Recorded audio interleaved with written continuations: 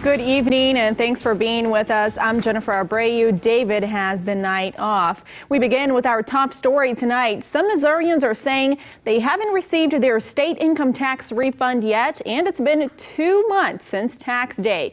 KOLR 10's Madison Heaver spoke with a local man who says he hasn't gotten his back 4 months after he filed. Madison. That's right, Jen. Some people who filed their taxes on time still haven't received their refund even after the state's deadline of June 1st to get it to them. We have received hundreds of calls from taxpayers that have reached out to our office because they are not getting their income tax refunds from the Missouri Department of Revenue. Phil Miller is one of many Missourians who haven't received their state income tax refund yet. It had actually been so long that I almost forgot about it. He says he's tried getting in contact with Missouri Department of Revenue, but it's extremely hard to get a hold of a real person to talk to. It was almost impossible to get a hold of a human being and talk to them. Everything was automated. It was voicemail. It was go to our website. It was, go to our frequently asked questions. It was like they couldn't be bothered by, citizens that they, in essence, work for. Missouri State Auditor Nicole Galloway says people just like Phil are reaching out to her office to hold the DOR accountable. We want to know what's going on with the Department of Revenue so we can hold the Department of Revenue accountable for getting taxpayers their own refund back, their own money back. Both Phil and Galloway say the deadline didn't creep up on the DOR. It's not like this is something brand new that got dumped on them. Tax time comes at the same time every year. Department of Revenue knows that they're going to have to process refunds and get people their money in 45 days or give them interest. And it is really concerning that this so-called system glitch is causing so many issues for taxpayers. The DOR cites a new system causing the backup of refunds. What we're hearing from taxpayers is that there's an issue with the Department of Revenue's system. They can't get answers. It looks like their refunds were supposed to be issued months ago, and they are still waiting. And we did reach out to the DOR multiple times. We eventually got a response, an emailed response saying, quote, on November 13th, the department did go live with a new integrated system, a once-in-a-generation upgrade to a decades-old system that was no longer efficient. Anytime you bring a new system online, you can expect some growing pains. However, despite that, we have issued 92% of refunds that we had issued this time last year under the old system. Now, we have not received any update to when the people who haven't gotten their refunds will be getting them. All right, thank you, Madison. Well, new at 10 tonight, City Council will hear several ordinances tomorrow night. One of them is a bill regarding payday loans in Springfield. The ordinance would require short-term loans to apply for a permit with the city before opening for business, and they will have to display the permit on those premises. The business would also be required to provide customers with information about alternatives to short-term loans. If passed, the public would then vote on a registration fee of $5,000 to be renewed annually. Council will also have the first reading of the Tobacco 21 Act, which prohibits the sale of any tobacco product, including vaping devices, to anyone under 21. Also on the agenda, rezoning 5 acres on West Division Street. This is where a new Eden Village is planned. Another bill would allow an agreement with the Springfield Convention and Visitors Bureau of $3.7 million to promote travel and tourism in the city of Springfield, and more than $90,000 for the Greater Springfield Sports Commission to promote attraction of sporting events here, and a resolution requiring property owners' consent before designating a historic site. Also coming up at the City Council meeting tomorrow, pay raises. If passed, the ordinances would give several city groups pay raises between 1% and 5%. Those include some police officers, depending on their position and tenure. The news leader reports these improvements are designed to help recruit new employees, reward long-term commitment, and give people opportunities to advance in their careers.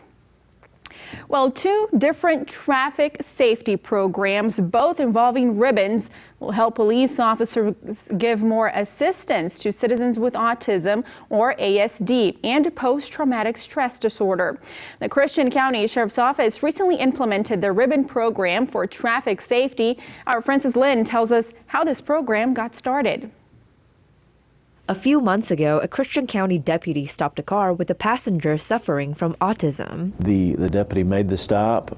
The right front passenger jumped out of the vehicle and ran out into the roadway and laid down in the roadway, which obviously created a huge issue for life and safety of the deputy and the individual in the roadway. Sheriff Brad Cole with the Christian County Sheriff's Office says this incident is what made the department start this program. At that time, we realized that we had something that we might be able to do to minimize those issues. 2 different window ribbon stickers, one representing ASD, the other PTSD. It's basically an early warning alert to that deputy that we have things that we can do to help with less stress on the people that may be in that vehicle. Cole says these stickers are strategically placed to be easy to spot when pulling someone over, and officers can do certain things to minimize stressors during this traffic stop. Simple things like turning our red and blue flashing lights off on the front of our light bar after stopping a vehicle